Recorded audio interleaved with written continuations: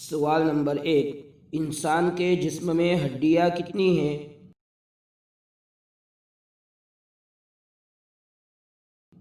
जवाब 206 हड्डियाँ हैं। सवाल नंबर 2, इंसान के जिस्म में पट्टे कितने हैं?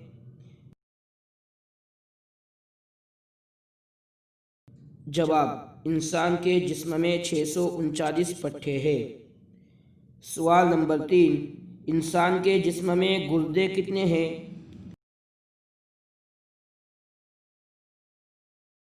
जवाब 2।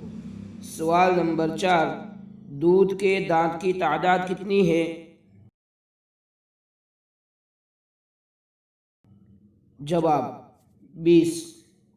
सवाल नंबर 5, इंसान के जिस्म के अंदर रगें कितनी है?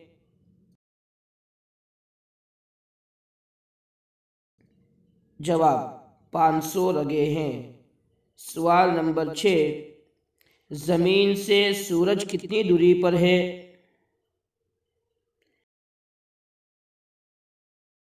जवाब 15 करोड़ 42 लाख 14 हज़ार।